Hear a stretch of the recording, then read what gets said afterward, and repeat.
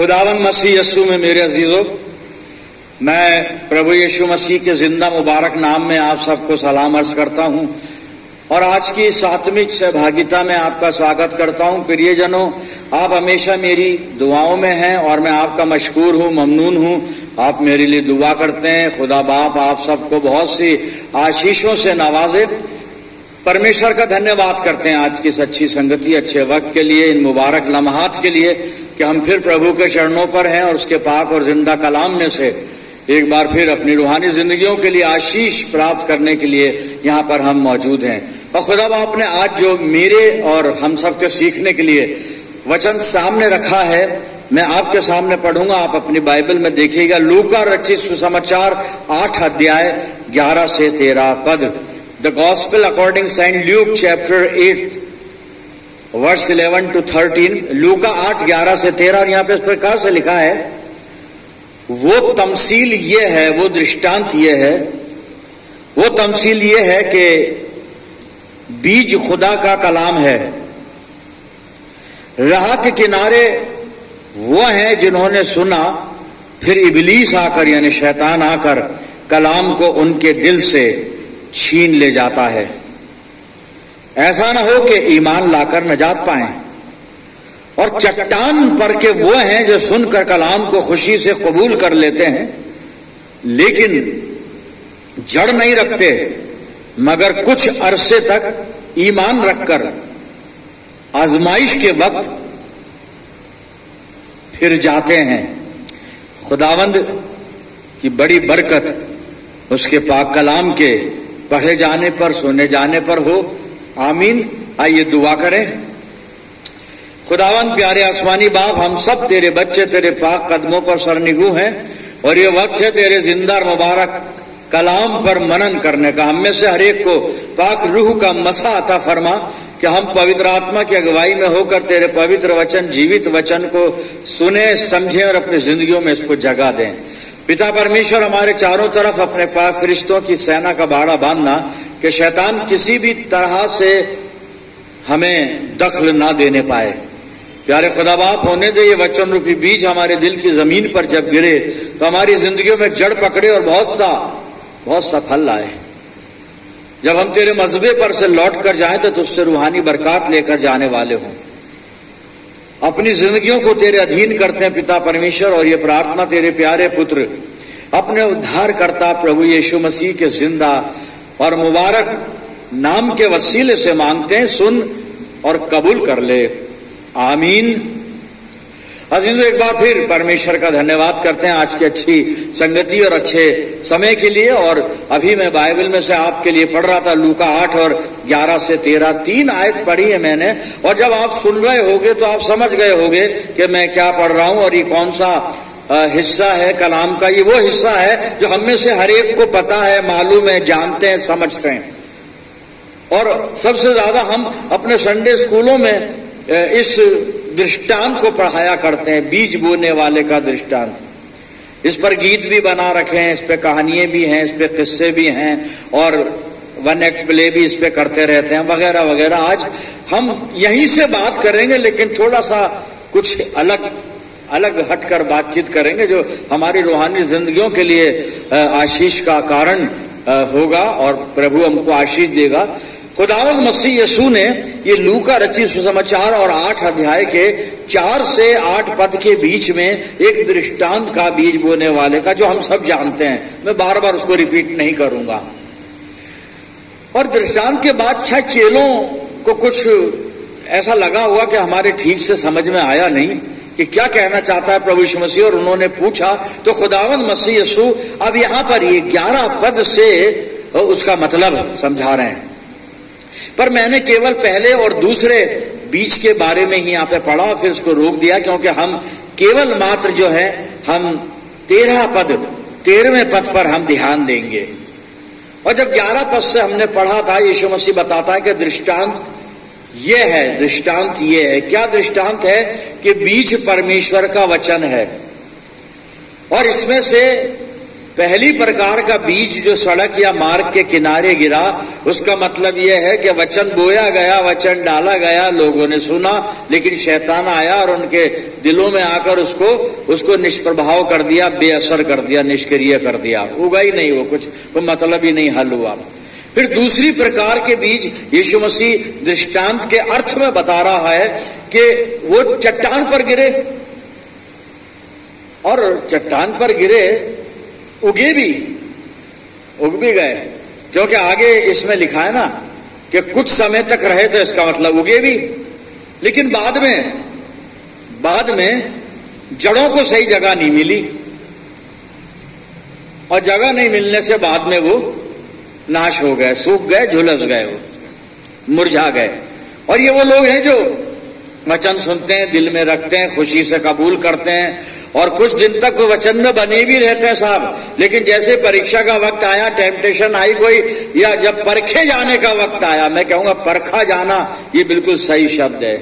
परीक्षा हमें कंफ्यूज कर देती है कि कौन सी परीक्षा। कुछ लोग कहते हैं खुदा परीक्षा में डाल देता है, आजमाइश में डाल देता है। नहीं वैसा खुदा नहीं डालता, परीक्षा आजमाइश कुछ नहीं है, सिर्फ जबान की बात है। ये हमारी परख होती है, और परमेश्वर परखता जरूर है हमारे ईमान को, ताकि हमारा ईमान सोने से कुंदन बन जाए, इसलिए परखा जाता है।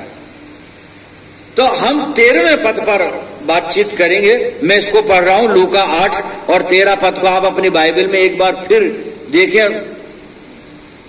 और चट्टान पर के वो हैं जो सुनकर कलाम को खुशी से कबूल कर लेते हैं, लेकिन जड़ नहीं रखते, मगर कुछ अरसे तक ईमान रखकर, जड़ नहीं रखते लेकिन हाँ विश्वास रखते हैं, और वचन में कुछ वक्त तक, कुछ समय तक बने रहते हैं। और आगे लिखा है रखकर आजमाइश के वक्त, परीक्षा के वक्त, यानी वही परखे जाने के वक्त फिर जाते हैं, या खुदा का इनकार कर देते हैं, या विश्वास से भटक जाते हैं।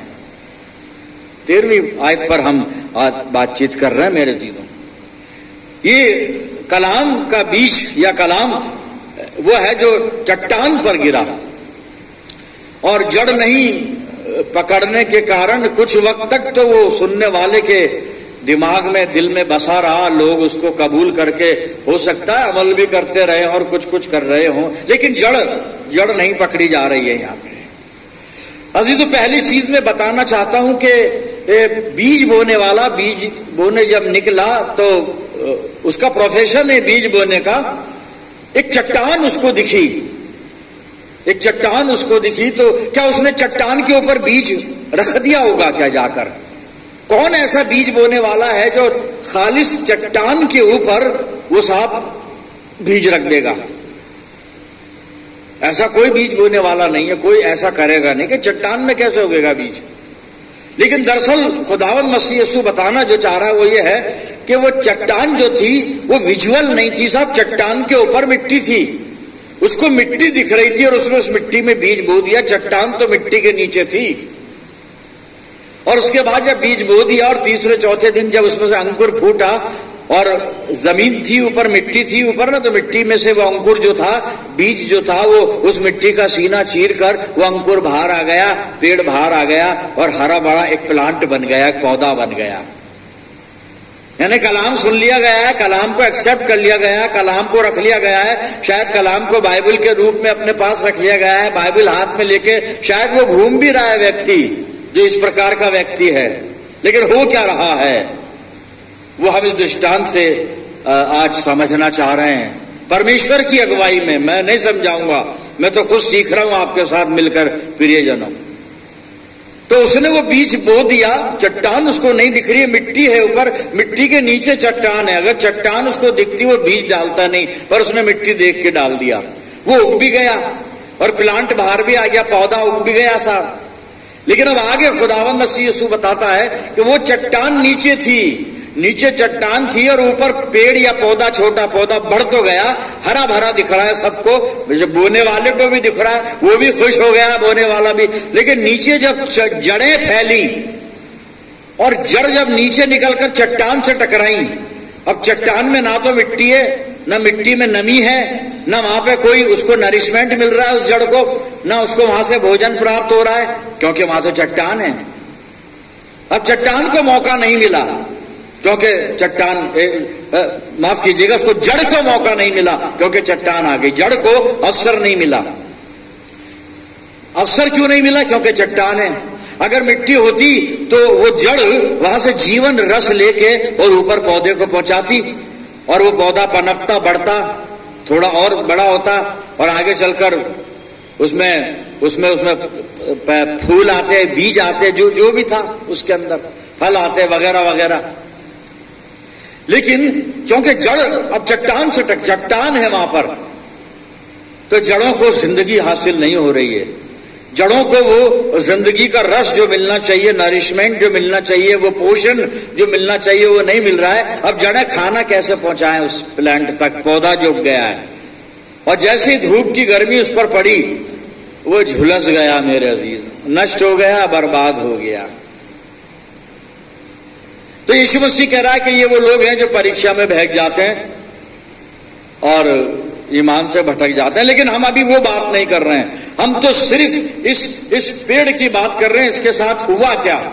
ऊपर तो मिट्टी थी और ये उग भी गया और हरा भरा भी दिख रहा है, और इसमें ऐसा भी लग रहा है ये बढ़ेगा, लेकिन नीचे जड़ चट्टान है नीचे, और वो जड़ें जो हैं चट्टान से टकराकर वो बिल्कुल निष्क्रिय हो गई, क्योंकि अब उनको खाना नहीं मिल रहा है, वो जिंदगी का रस नहीं मिल रहा है, यानी जीवन ही नहीं मिल रहा है उनको। इसलिए पौधा, मेरे अजीजों, आ जाएं हम मुद्दे पर, पते की बात पर आ जाएं।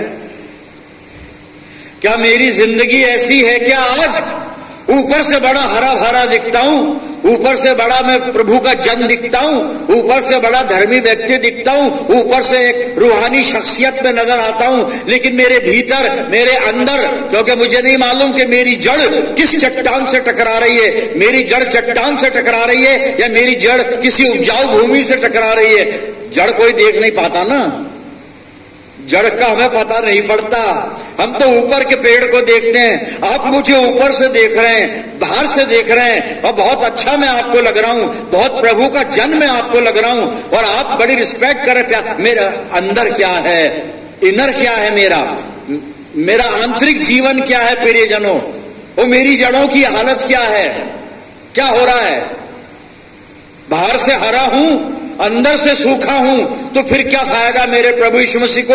इससे महिमा नहीं मिलती मेरे प्रियजनों। अपनी जिंदगियों को टटोलें कि हम कैसे हैं, क्योंकि मसीह जिंदगी जो है ना, वो ऐसी नहीं होती कि बाहर से हरी भरी दिखे, बाहर से अच्छी दिखे, बाहर से हम राइचस दिखें, बाहर से हम पवित्र और धर्मी दिखें, बाहर से हम बड़े नेक चाल चलन वाले दिखें, लेकिन अंदर हमारे गुनाह हो, पाप हो मेरे अजीजों। मसीह जीवन वो जीवन है जो बाहर से भी, अंदर से भी, और इधर से भी, इधर से भी, चारों तरफ से एक साथ बढ़ता है। अगर हम अंदर से नहीं बढ़ रहे हैं, बेकार हैं, सूख जाएंगे हम, झुलस जाएंगे। वक्त की जो तपिश है वो हमें मुर्दा कर देगी साहब। अपनी जिंदगियों को देखें हम कहां पर हैं, क्योंकि यहां पे लिखा है बाहर से तो उग गया वो, और कुछ देर बना भी रहा, कुछ समय तक रहा, लेकिन अंदर अब जड़ें क्या करेंगी? वहां तो चट्टान आ गई। मैं दिमाग से कितना भी धार्मिक बन जाऊं, कितनी बाइबल की नॉलेज रख लूं, कितनी पढ़ाई कर लूं, रिसर्च कर लूं बाइबल पे, लेकिन हृदय में अगर मेरे चट्टान या चट्टान या चट्टान, ये चट्टान कौन सी? दिल जब गुनाह से भर जाता है चट्टान बन जाता है। जब तक इस चट्टान को नहीं तोड़ेंगे ना, हमारी रूहानी जिंदगी का जो पौधा है वो फलवंत नहीं होगा साहब, प्लांट फलवंत नहीं होगा। मसीह यीशु का चेला बनने के लिए मूल्य चुकाना पड़ता है, ऐसे नहीं बन जाते हैं, उसका मूल्य लगता है। लेकिन जड़ें कहां पर हैं हमारी? बाहर से तो हम दिख रहे हैं, डेडिकेटेड हैं, कमिटेड हैं, स्पिरिचुअल लोग हैं, अंदर क्या हालत है हमारी? बात अंदर की है, बाहर की नहीं। शमूएल नबी यस्से के बेटों को देख के उनका अभिषेक करना चाहता था, दाऊद नहीं था, और उसने हर बेटे को देख के सोचा यही है जो परमेश्वर का अभिषेक थे। खुदा ने कहा नहीं, इंसान बाहरी रूप को देखता है, मैं परमेश्वर अंदर से देखता हूं, और जिसके अंदर मैं देख रहा हूं वो इन बेटों में से एक भी नहीं है। अभी वो आएगा तो मैं खुद बता दूंगा। और सबसे आखिर में दाऊद को बुलाया गया, और जवाब लिखा है कलाम में, दाऊद जैसे ही घर में एंटर हुआ, खुदा ने शमूएल को कहा, शमूएल ये है वो जिसके अंदर मैं देख रहा हूं, बाहर नहीं देखता खुदा। बाहर तो दुनिया देखती है, और दुनिया बाहर का देख के धोखा खा जाती है साहब। क्या है मेरी जिंदगी की हालत? अगर मैं ऊपर से धर्मी हूं तो क्या अंदर से भी धर्मी हूं या नहीं हूं? ऊपर से बढ़ रहा हूं परमेश्वर की पहचान में, अंदर से बढ़ रहा हूं या नहीं? मसीह जिंदगी चारों तरफ से बढ़ती है साहब, अंदर से भी बढ़ती है, बाहर से भी बढ़ती है, ऊपर से, नीचे से, दाएं से, बाएं, सब तरफ से फ्रूटफुल होता है मसीह जीवन। मसीह जीवन वो जीवन है मेरे जीवन। तो मैं बता रहा था कि मसीह के पीछे, यीशु मसीह के पीछे चलने के लिए मूल्य देना पड़ता है। और ये मूल्य हम कब दे सकते हैं कि अगर जड़ें हमारी सही जगह हैं। आज जड़ों पर गौर करेंगे, हमारी जड़ें हैं कहां? तो जड़ें सही जगह। एक उदाहरण में पढ़ूंगा लूका 9 में, मैंने खोल लिया है प्रियजनों, और लूका 9 में, और मैं 57 पद से और 60 पद तक आपके लिए पढ़ा। आप सुने पहले, फिर इस पे बात करेंगे। जब वो मार्ग में जा रहे थे तो किसी ने उससे कहा, किससे? यीशु मसीह से कहा, जहां जहां तू जाएगा मैं तेरे पीछे हो लूंगा। यीशु ने उससे कहा, लोमड़ियों के भट्ट और आकाश के पक्षियों के बसेरे होते हैं, पर मनुष्य के पुत्र को सिर धरने की भी जगह नहीं। 59 वर्ष देखें। उसने दूसरे से कहा, उसके साथ दूसरा भी था, उससे कहा मेरे पीछे हो ले, मेरे पीछे हो ले। तो उसने जवाब दिया कि हाँ मैं तैयार हूं पीछे होने को। यीशु बुला रहा,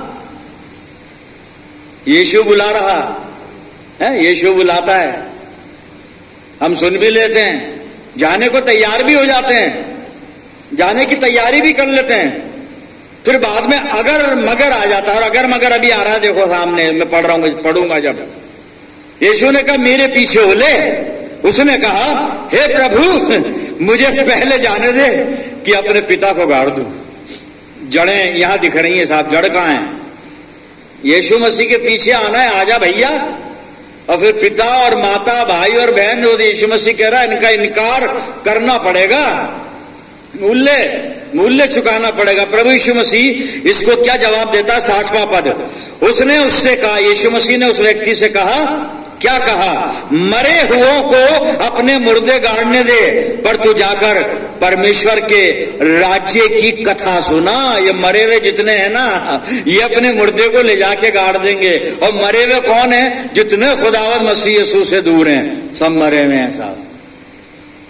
बताया है मैंने अक्सर, जो मसीह यीशु से वाबस्ता नहीं, मरा हुआ है, वो चाहे वो चर्च का मेंबर हो, चाहे वो पास्टर हो, चाहे वो रेवरन और फिर कोई भी हो। मैं क्या बोलूं आगे, तो फिर आप समझते रहिए। खुदावंद मसीह यीशु से वाबस्तगी, उससे गहरा संपर्क जरूरी है। जड़ें किधर हैं हमारी?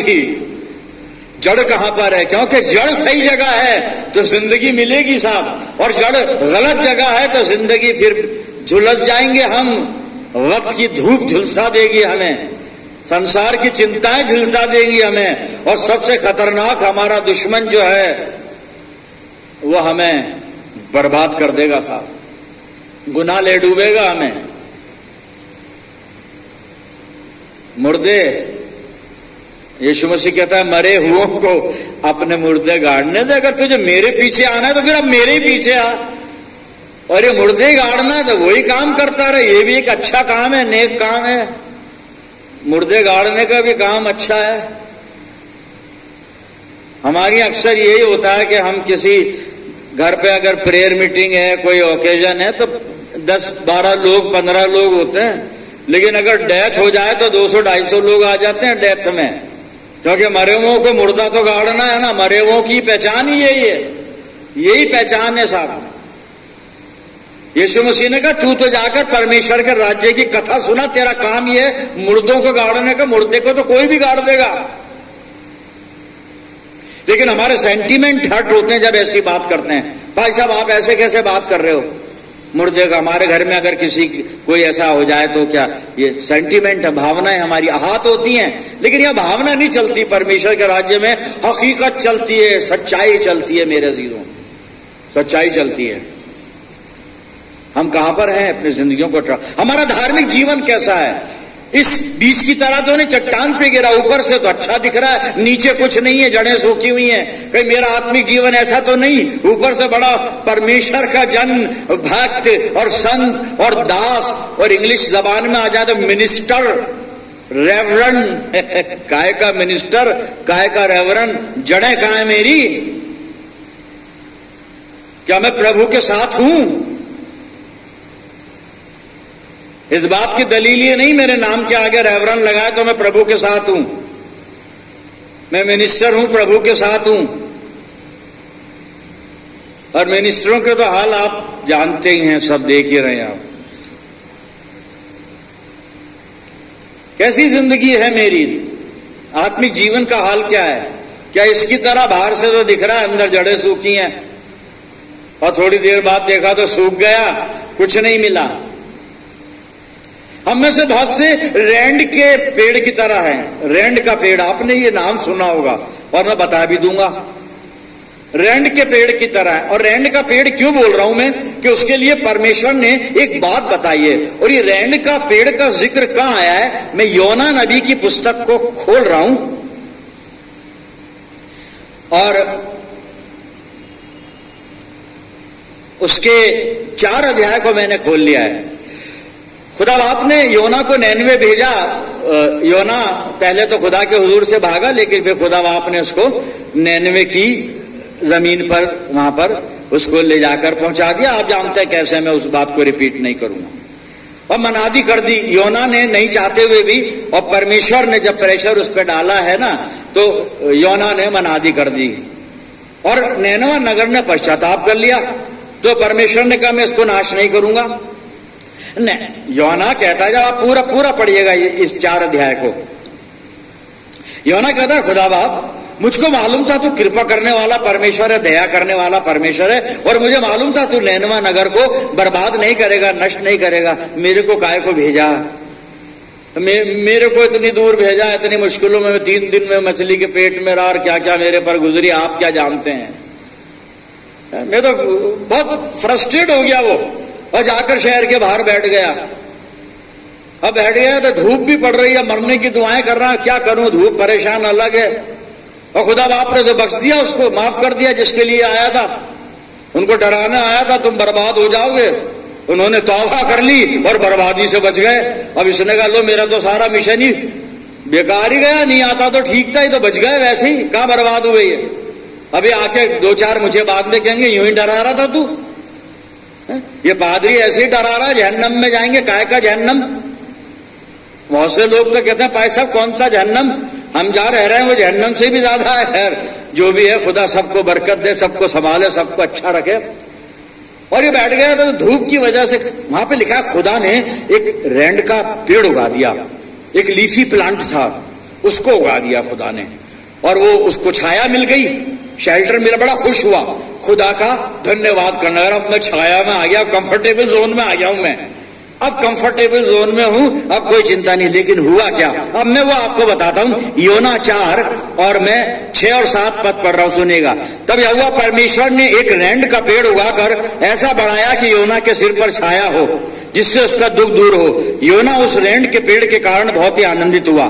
सवेरे जब पौ फटने लगी तब परमेश्वर ने एक कीड़े को भेजा, जिसने रैंड का पेड़ ऐसा काटा कि वो सूख गया। खुदा रैंड का पेड़ उगा भी देगा आप पे छाया करने के लिए, सावधान हो जाना, लेकिन वो ऐसा कीड़ा भी भेज देगा कि रैंड का पेड़ भी कट जाएगा और हमारा क्या हश्र होगा ये तो पता नहीं। खुदा से डरते रहें, खुदा से आगे ना निकले कभी मेरे अजीजों। खुदा के सामने दीन और नम्र बन के रहना। पता नहीं कब कहा किस जगह से कीड़ा भेज दे, वो नहीं मालूम, कुछ नहीं पता। परमेश्वर का भय मानते रहे जी। वो पेड़ सूख गया, और सूख गया तो बड़ा नाराज हुआ ये योना, बहुत नाराज हुआ। खुदा ने कहा तो इस पेड़ के लिए नाराज हो रहा है, तो तूने कौन सा उगाया था, मैंने उगा, तूने तो कुछ नहीं किया, ना उगाया ना पानी दिया, और सूख गया तो तेरा क्या गया इसमें, तेरा क्या नुकसान हुआ। और मैंने नैनवा नगर में 1,20,000 लोग जो मेरे बनाए हुए, मेरे रचे हुए लोग हैं, मैं उनको नहीं बचाता क्या। लेकिन क्या कहता है खुदा, मैं रैंड के पेड़ का मिसाल दे रहा था ना। कुछ लोगों के जीवन रैंड के पेड़ की तरह होते हैं, धर्मी दिखते होते नहीं, उनका वजूद नहीं होता है कुछ भी, अंदर से क्या हाल होता है वो देखते हैं। अब इसी का योना 4:10 पद में पढ़ रहा हूं, सुनिएगा। जब इसको गुस्सा आया ना, खुदा इसको जवाब दे रहा है, सुनिए। तो यहोवा ने कहा जिस रहन के पेड़ के लिए तूने ना कुछ परिश्रम किया ना उसको बढ़ाया, जो एक ही रात में हुआ, सुनिएगा, जो एक ही रात में हुआ और एक ही रात में नष्ट भी हो गया, उस पर तूने तरस खाई है। एक ही रात में होगा, एक ही रात में नष्ट हो गया। ये वो लोग हैं जो वचन को ग्रहण कर लेते हैं, लेकिन जिनके अंदर का जो दिल है, हृदय है, वो चट्टान रूपी है। विश्वास करके ऐसा लगता है धर्मी बन गए, ऐसा लगता है प्रभु के पास आ गए। एक ही रात में साहब वो बिल्कुल खुदा के दर्शन देखने लगते हैं। 2 दिन बाद देखो उनका जीवन आपको फिर पाप के अंदर मिलेगा। रहन का पेड़, खुदा कहता है एक रात में होगा, एक रात में नष्ट हो गया। क्या मेरा ईमान ऐसा तो नहीं रहन के पेड़ की तरह? कई बार अच्छा सरमन सुन के जोश में आ जाते हैं, यीशु को मैं सब कुछ देता, और कुछ घंटे के बाद खत्म सब कुछ, सारे जज्बात खत्म, सारी वो जो इमोशंस होते हैं वो डेड हो जाते हैं। क्यों? क्योंकि जड़ें हमारी, रूहानी जिंदगी की जड़ें हमारी सही जगह नहीं है, सही जगह नहीं है। अब मैं आपको सही जगह बताता हूं कि आत्मिक जीवन की जड़ें होनी कहां चाहिए, ताकि हमारे ये धर्म रूपी जो हमारा पौधा है, धर्म रूपी जो बीज उगाए है हमारी जिंदगी में, रूहानी जिंदगी हमारी जिसको हम कह रहे हैं स्पिरिचुअल लाइफ, फ्रूटफुल हो, हरी भरी रहे, फलवंत हो, प्रॉस्पर हो। जड़ें होनी कहां चाहिए? कहां जड़ें होनी चाहिए? आज देखें अपनी जिंदगी को। अब कलाम बताएगा, बस आखिरी मैं आयत पर हूं, और मैंने कुलस्सियों की पत्री निकाली है, संत पौलुस ने इसको लिखा है, और कुलस्सियों की पत्री और 2 अध्याय, और मैं 6 से 8 आयत पढ़ रहा हूं। सुनिए साहब, हमारी जड़ें अगर यहां पर हैं जो वचन बता रहा है, तो हम बढ़ेंगे, फलेंगे, फूलेंगे, ऊपर से भी बढ़ेंगे, नीचे से भी बढ़ेंगे, अंदर से भी बढ़ेंगे, बाहर से भी बढ़ेंगे, इधर से भी बढ़ेंगे। चारों तरफ से बढ़ती है मसीह जिंदगी। हम चारों तरफ से बढ़ेंगे साहब अपने आत्मिक जीवन में। जड़ें, बस जड़ें यहां होनी चाहिए। कहां होनी चाहिए? कलाम पढ़ रहा हूं, कुलस्सियों 2, 6 से 8। अतः जैसे तुमने मसीह यीशु को प्रभु करके ग्रहण कर लिया है, वैसे ही उसी में चलते रहो। 7वां पद सुनिए, और उसी में जड़ पकड़ते, उसी में जड़ पकड़ते। कहां जड़ पकड़े हुए हो? यीशु मसीह में जड़ पकड़िए, प्रभु यीशु मसीह में जड़ पकड़िए साहब। आगे सुनिएगा, उसी में जड़ पकड़ते और बढ़ते जाओ, यीशु मसीह में बढ़ते जाओ, और जैसे तुम सिखाए गए वैसे ही विश्वास में दृढ़ होते जाओ, और अधिक का अधिक धन्यवाद करते रहो। यीशु मसीह में जड़ पकड़ते जाओ, उसी में बढ़ते जाओ। 2 ही काम कर रहे हैं। सब बड़ी मेहनत करते हैं हम सुबह से रात तक कि बढ़ते जाएं, घर बढ़ जाए, मकान बढ़ जाए, हमारी बिलोंगिंग्स बढ़ जाए, बैंक बैलेंस बढ़ जाए, हर चीज बढ़ जाए। बहुत बढ़ने की कोशिश करते हैं, बहुत। मारुति से ऑल्टो आ जाए, ऑल्टो से स्विफ्ट आ जाए, स्विफ्ट से उसके बाद में फिर BMW तक पहुंचे। बढ़ना है भाई, तरक्की करनी है नहीं, एक मसीह को तो यहां बढ़ना है। यीशु मसीह में जड़ पकड़ते जाओ, उसी में बढ़ते जाओ। ये काम तो जिंदगी का मजा है साहब, वरना हम सूखे में हैं, कुछ नहीं है। वी हैव नथिंग, कुछ नहीं है हमारे पास, कुछ नहीं है हमारे पास। खुदा करे हम यीशु मसीह में जड़ पकड़ते जाएं, उसमें बढ़ते जाएं उसमें। प्रभु हमारी अगुवाई करेगा। आइए उसी के पास चलते हैं, रहनुमाई हासिल करने के लिए प्रार्थना करें। खुदावंद मसीह यीशु में प्यारे आसमानी बाप, हम तेरे शुक्रगुजार हैं जिंदा मुबारक कलाम के लिए जो हमसे बात करता है, मसीह जिंदगी में जीने का तरीका हमें सिखाता है, हमारे विश्वास की हिफाजत करता है, और हमारी सोई हुई जिंदगियों को बेदार करता है। प्यारे प्रभु, तेरा धन्यवाद हो पिता। आज बीज जो तूने बोया है प्रभु, होने दे प्यारे खुदावंद, उसकी जड़ें मेरे चट्टान रूपी दिल से न टकराकर मेरे खुदावंद मसीह यीशु में पेवस्त हो जाएं, ताकि हम सब रूहानी जिंदगी में तरक्की करें, आगे बढ़ें, और प्रभु यीशु मसीह में बढ़ते जाएं। पिता परमेश्वर, मैं दुआ करता हूं जितने लोग मेरे साथ प्रार्थना में हैं, इन सब अजीजों पर तेरी शफकत, रहमत और बरकत का साया हमेशा बना रहे। प्यारे प्रभु, हम सब मिलकर पूरे आलम के लिए दुआए खैर करते हैं बाप। हजारों लोग दुख में, मुसीबत में, परेशानी में, रंज में मुब्तला है प्यारे खुदावन। जो कुछ हो रहा है वो सब जानते हैं बाप, और सबसे ज्यादा तू जानता है प्रभु। रहम कर, बनीनो इंसान पर रहम कर, हम पे रहम कर, हमें रूहानी बरकतों से नवाज खुदा बाप, और हम सबको तौफीक दे कि हम अपने प्रभु यीशु मसीह में जड़ पकड़ते जाएं और उसी में बढ़ते जाएं पिता परमेश्वर। सारी बातों में अपनी जिंदगियों को तेरे हवाले करते हैं, और ये प्रार्थना तेरे प्यारे बेटे अपने उद्धारकर्ता और जीवन देने वाले खुदावंद यीशु मसीह के जिंदा और मुबारक नाम के वसीले से मांगते हैं, सुन और कबूल कर ले, आमीन। अब हमारे खुदावंद मसीह यीशु का फजल, खुदा बाप की मोहब्बत, पाक रूह की रिफाकत, शिराकत हम सब के साथ, तमाम ईमानदारों के साथ, हमारी सब कलीसियाओं के साथ अब से लेकर हमेशा तक होती रहे, आमीन।